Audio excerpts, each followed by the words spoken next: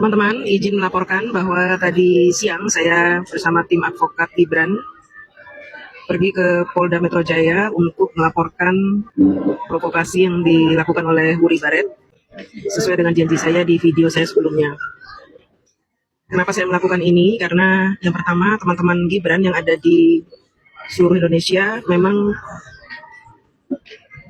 memaksa kami DPP untuk melaporkan Wuri, atau mereka akan bertindak sendiri untuk menghakimi Wuri Baret ini. Karena kami ingin meredam kemarahan teman-teman, terutama yang berada di Solo Raya, maka kami melakukan pelaporan ini supaya Wuri Baret bisa segera diamankan dan tidak terjadi perbuatan yang tidak kita inginkan. Biar bagaimanapun juga Wuri Baret itu kan warga Indonesia, walaupun kelakuan dia itu biadab gitu ya, tapi tetap kita harus menjalankan aturan hukum yang berlaku di Indonesia. Jadi kita melaporkan Wuri Baret karena hal itu. Selain itu, kami mau ada keadilan buat Bapak Jokowi ketika ada orang yang mengancam dan menurunkan harga diri beliau di depan publik dengan cara-cara biadab seperti yang dilakukan oleh Wuri Baret ini. Maka kami mau hukum juga bertindak untuk menertibkan orang-orang seperti itu, supaya ke depan tidak ada lagi orang-orang kurang ajar seperti Wuri Baret ini bertindak semena-mena, semau-maunya, seenak-udelnya untuk ngata-ngatain orang ya. Apalagi ini seorang presiden ke-7 yang jasanya sangat besar, tidak hanya untuk Indonesia tapi juga untuk dunia. Keberadaan Pak Jokowi ini membanggakan kita, tetapi dinistakan oleh orang-orang seperti Wuri Baret, yang tentunya kebencian dia terhadap Pak Jokowi ini, kita semua sudah tahu bahwa dia itu adalah orang yang sakit hati karena FPI-HTI dibubarkan oleh Bapak Jokowi. Mudah-mudahan laporan saya ini bisa diterima dan ditindaklanjuti. Sekedar informasi tadi, pihak polisi juga mengatakan bahwa kasus ini akan segera dilakukan penyelidikan.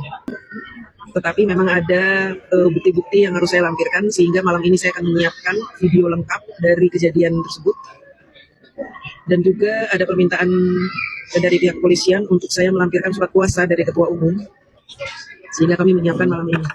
Pihak Roy Panci ini memang sengaja mengulur-ulur waktu. Mereka mengatakan bahwa masih banyak bukti-bukti yang mereka ingin lampirkan di kasus ini, sehingga Bapak Polisi menunggu bukti-bukti yang mereka janjikan akan dilampirkan.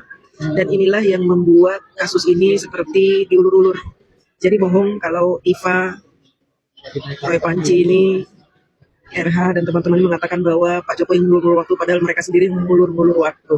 Sehingga memang kesengajaan ini mereka lakukan agar mereka bisa terus memframing keburukan-keburukan, membuat fitnah-fitnah terhadap Pak Jokowi dan melakukan aksi-aksi yang diharapkan bahwa aksi-aksi dan fitnah-fitnah yang mereka sebarkan ini bisa melekat menjadi sebuah kebenaran. Kita sebagai pembela kebenaran yang melawan hoax dan fitnah harus cerdas mencermati segala tindak tanduk yang mereka lakukan.